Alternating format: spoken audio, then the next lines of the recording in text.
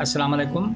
ज़माने जो तल्ख़ हक़ीक़तूं तबाही जो ॾेख ॾियनि थियूं, पर जज़्बनि जे आकाश तां वसंदड़ उमीदूं ज़िंदगी खे राहत बख़्शनि थियूं। ज़ुल्म जे गजगोड़ सां ईंदड़ हर महरूमी जा पेर असांजे खीमनि में मिलनि था। दजाली दौर सां मुक़ाबिलो हुजे ऐं साथ में सिर्फ़ हिकु कलम हुजे त हर अखर जे नुक़्ते ते अखियुनि मां लुढ़क किरनि था। अंदर में जुनून हो, साह में लर्ज़िश हुई, तॾहिं दिलि हिन धरती ते फ़िदा हुई। असांजो जज़्बो फ़ानी नाहे, बल्कि अहिड़े करिश्मे जो महूर आहे जंहिंजे सथ सां सफ़र में काफ़िला हलनि था ऐं जज़्बनि में सिंध जा तराना वॼनि था। मिस्टर सिंधी वेब जी शुरूआत हिकु अहिड़े सफ़र जो आगाज़ आहे जेको समाज में लिकल सचाइनि खे आम करे क़ौम खे आगाह कंदो, इल्म जी पखेड़ में पंहिंजो किरदारु अदा कंदो। हक़ीक़तनि खे ॼाणण खां बग़ैर अकासी जी नोयत अजाई हूंदी आहे। यादि रखो त ज़िंदगी में ईंदड़ सभु तकलीफ़ूं इंसान जी ला इल्मी जो नतीजो हूंदियूं आहिनि। इन करे सचाई खां मोह न मोड़ियो। वार्नन हट चयो हो त सचायूं आख़िरकार तव्हांखे आज़ाद करे छॾींदियूं, पर उन खां पहिरीं तव्हांखे दिलि सां तड़पाईंदियूं। जॾहिं त गौतम बुद्ध जो चवणु हो त तमामु इंसानी ॾुख हक़ीक़तनि खे तस्लीम न करण जे करे ई पैदा थियनि था।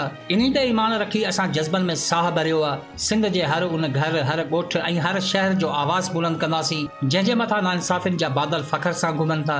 असांखे इहा ख़बर हुअणु खपे त सच फितरत आहे ऐं कूड़ हिकु आदत आहे। आदतूं तब्दील थी सघनि थियूं, पर फितरत खे तब्दील करणु ॾुखियो हूंदो आहे। असांजे समाज में सच हिकु ॾोहारी हूंदे बि हर फ़र्द जे जज़्बनि में रत वांगुरु वहे थो। असांखे सिर्फ़ उनखे रस्तो ॾियणो आहे। ही हक़ीक़त आहे त सोशल मीडिया असांखे मुतहिद करे छॾियो आहे, पर हिन वक़्तु सोशल मीडिया असांजे समाज जो हिस्सो बणिजी चुकी आहे, जंहिंजे करे सचाई जी तकलीफ़ उन हिसाब सां नथी थी सघे जहिड़े अंदाज़ में थियणु खपे। छो त फेसबुक या ट्विटर ते सच ॻाल्हाइणु हक़ीक़ी समाज में सच ॻाल्हाइणु बराबरि आहे। तमामु घटि माण्हू अहिड़ा आहिनि जेकी बहादुरी जो मुज़ाहिरो करे सच जा इनकारी न आहिनि थींदा, पर उन खां पोइ या त उन्हनि खे धमकियूं मिलनि थियूं या वरी ॿिए कंहिं मसइले जे वर चाढ़ियो वेंदो आहे। असीं सभु इन समाज हेठि क़ैद आहियूं।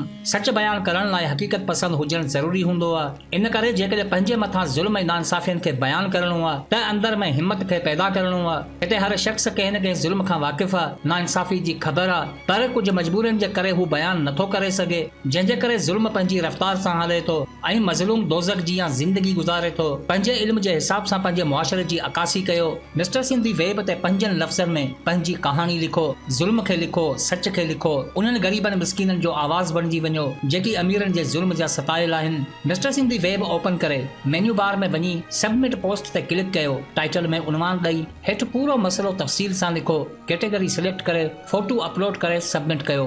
सुठा आर्टिकल लिखो। इल्म जी पखेड़ में पंहिंजो किरदारु अदा कयो जीअं असां ज़िंदगी खे हिकु बहितर मयार ॾेई सघूं, क़ौम खे निंड मां सुजाग करे सघूं, ज़ुल्म सां मुक़ाबिलो करे सघूं ऐं पंहिंजनि हक़नि जी मालिकी करे सघूं।